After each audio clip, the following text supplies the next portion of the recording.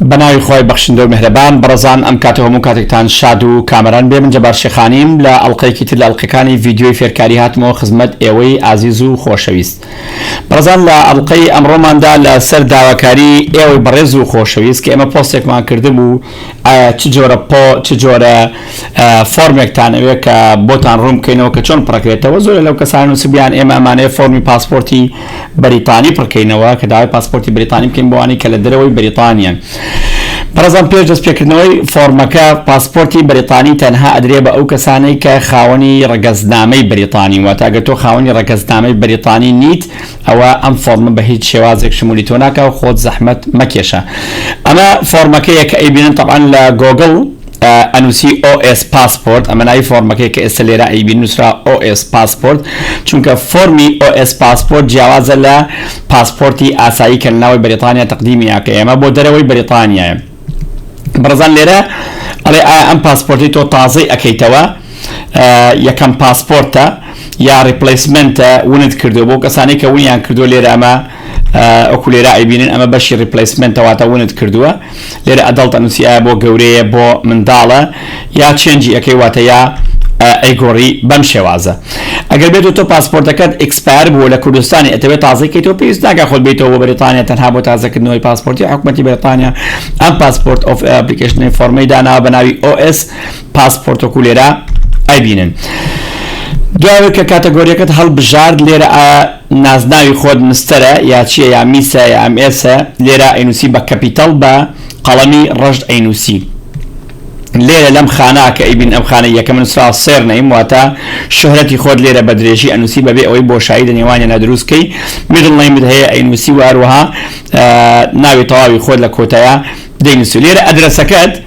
ئەوانەی کە لە کوردستان باشترە ئەدرەسی تەواوی کوردستان لێرە بنووسن مەسەن لە سلێمانی لە سەقامی سالم دانیشیان سولەیمانی یا سالم ستریت تەبعاً ئەمانە هەمووی سولەیمانیەکە بە یەکەوە بە کەپیتەڵ بە قەڵەمجافی ڕەش ئەینووسی و دواتر سالم ستریتەکەش هەر بە کەپیتەڵ بە یەکەوە ئەینووسی. و لێرە مەوالیدی خۆت چییە؟ مەسەلەن بۆ منە 12/07/1985 لێرە ژنی یا پیاوی لێرە ئەینووسی و پۆستکۆدەکە دەنووسی. تەبعاً لە سلەیمانی یا لە هەلێمی کوردستان پۆستکۆد نییە ئاگادار بن ئەمە لێرە بە بەتاڵی بەجێ ئەهێڵیت. لێرە ژمارە تەلەفۆنی خۆت دەنووسی ژمارە تەلەفۆنی کوردستان بنووسە چونکە ئەگەر کێشەیەکە بوو لە کوردستان پەیوەندیت پێوە ئەکەن. لێرە ئەڵێ have you had or been included on any sort of your passport before لا تو پێشتر هیچ پاسپۆرتێکی ترت هەبوو ئەگەر پاسپۆرتت هەبووە ئەوە یەس لێ ئەدەیت و کاتەگۆری B2 پڕەکەیتەوە ئەگەر نەبووە لێرە نۆ لێ ئەدەیت و ئەچی بۆ کاتەگۆری خواتر. ئەگەر هەبووە مەسەلەن پاسپۆرتەکەت ئەکسپایر بووە لێرە دیتێڵی پاسپۆرتە کۆنەکەت دەنووسی بۆ منە ژمارەی پاسپۆرتەکەت ئەکسپایر دەیت ئیشو دەیت هەمووی لێرە ئەینووسی. لە سێکشنی 4 کە لێرە ئەیبین ئەمە سێکشنی 4 لە سێکشنی 4 داوای چی ئەکا داوای ناوی دایکت دەکا بە تەواوی لە چ شارێک لە دایک بووە ڕۆژ و مانگ و ساڵەکەی و ڕەگەزنامەی چ وڵاتێکی هەیە پاسپۆرتی بریتانی هەیە یانیەتی ئەگەر هەیەی لێرە ئەینووسی واروها ناوی باوکیشت بە ئەو شێواز. ئەم بۆشاییە کە نووسراوە ئەم بۆشایی کە ئێوە ئەیبین نووسراوە office use only واتە ئەمە دەستکاری ناکەی بە هیچ شێوازێک باش ئەمە بە هیچ شێوازێک پڕ ناکەیتەوە ئەچی بۆ خانەی پێنجەم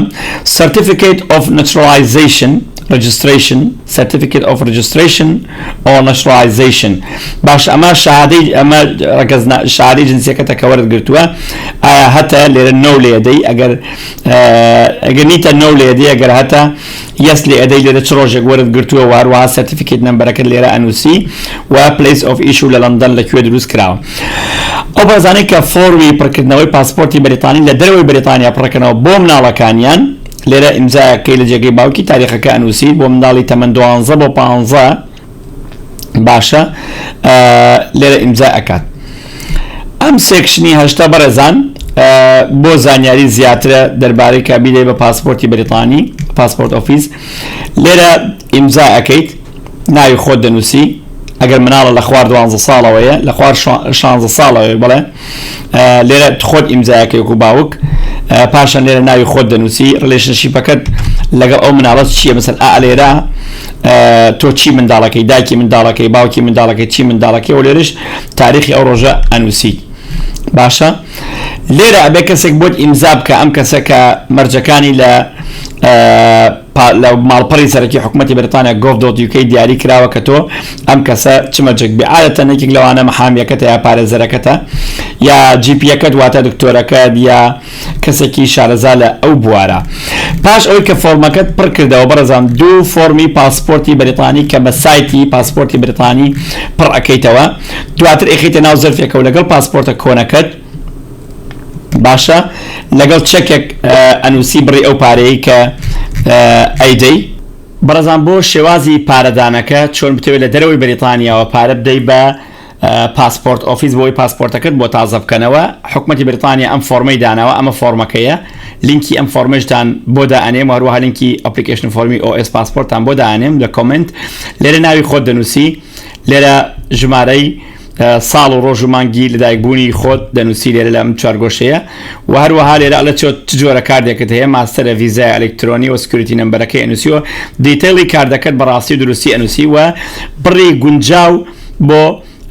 پاسپۆرتەکە دەنووسی لێرە ئیمزای ئەەکەی چەند پاوەندی لێوەرئەگیرێ کارد هۆڵدەر نەیم ناوی خاوەن کاردەکە ئەنووسی ئەدرسەکەت لە بریتانی ئەدرسی خاوەن کارتەکەت لەسەر چ ئەدرسێکە لێرە دەینووسی تەلەفۆن نمبەر و ئیمێڵەکە